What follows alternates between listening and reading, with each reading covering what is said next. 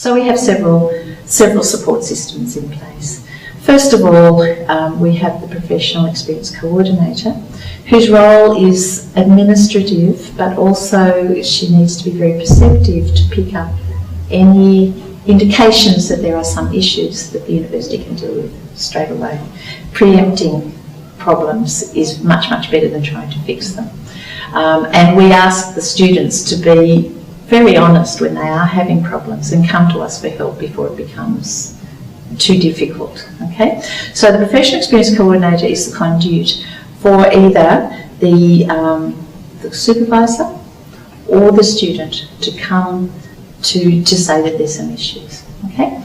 Now, the liaison visitor or the liaison staff member is a member of staff who has been allocated several schools and a number of students that they're responsible for going out, visiting and keeping a check on.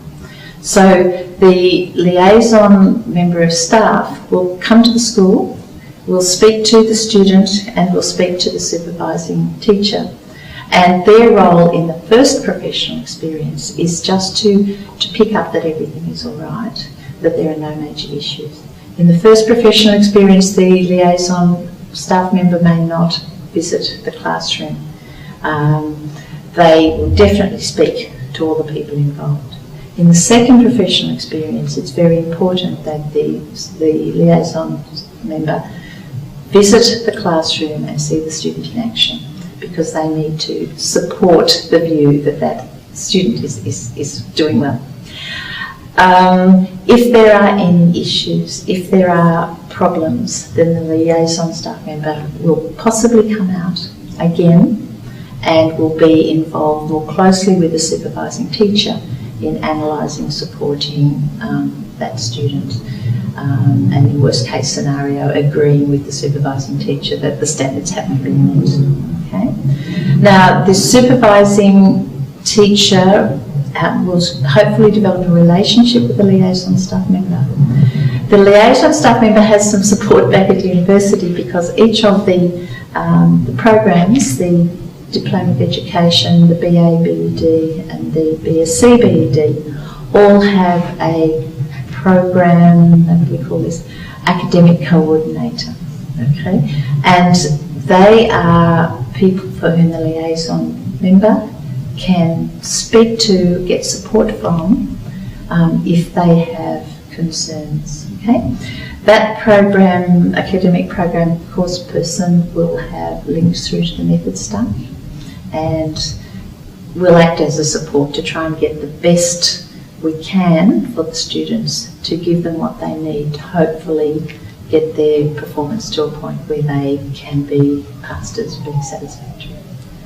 Our biggest problem, and I need to say this quite clearly, our biggest problem is students or pre-service teachers who go out into the schools and think, it's okay, I can cope, and they keep on hanging in there without the support they need, and then it all becomes too late.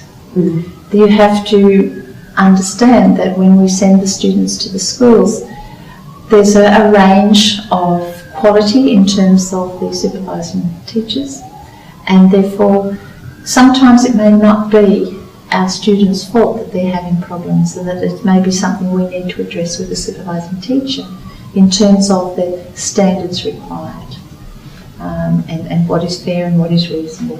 Mm-hmm. So they mustn't feel concerned about talking to us for support. It's not a failure on their part, it's them being smart to try and get the help they need.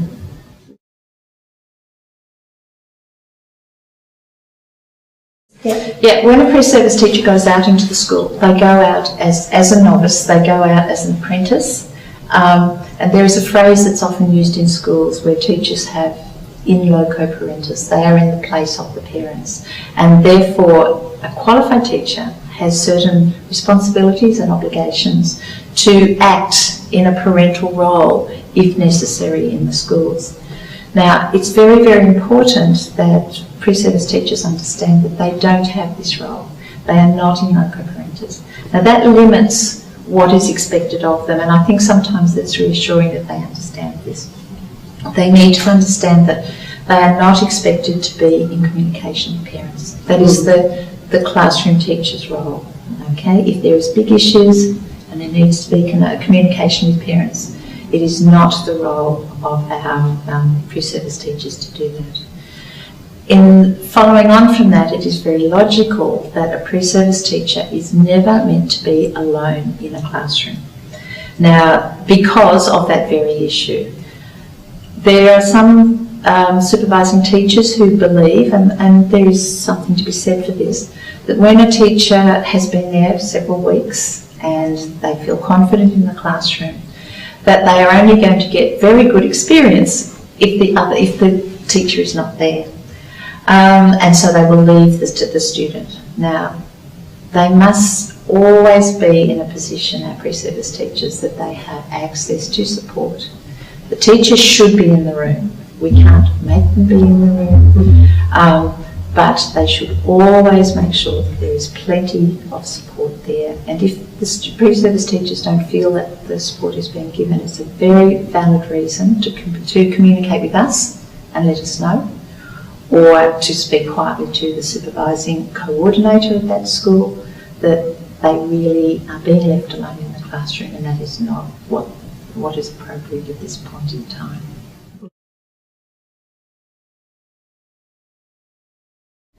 There are some courses called the Master and Teachers course where you have what's called an internship, when you have actually satisfied the requirements and you are a qualified teacher, and then you can be left alone in the classroom. You are responsible.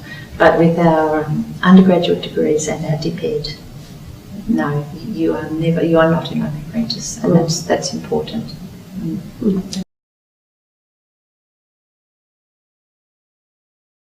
In the handbook, and it will be in every handbook that we put out, we have a list of responsibilities for each of the people involved. We have a checklist for the pre-service teacher, and there's lots and lots of things they must do. But the pre-service supervising teacher also has responsibilities, and one of those is to make sure that the student is well prepared and that they see the lessons and have a time and a chance to talk with the student about things that could be altered or changed. Now, the flip side of that is this pre-service teacher has got to present to their supervising teacher, I get those words all confused, that they need to be able to put at least the day before. Okay? Now, I do find sometimes that particularly students that are not being as good as they could in their preparation, they're going into class without that good planning and that good support. Now, again, some supervising teachers are much more casual about that than others, and sometimes the pre-service teacher has to insist that they want to discuss the lessons beforehand with the teacher that's responsible for them.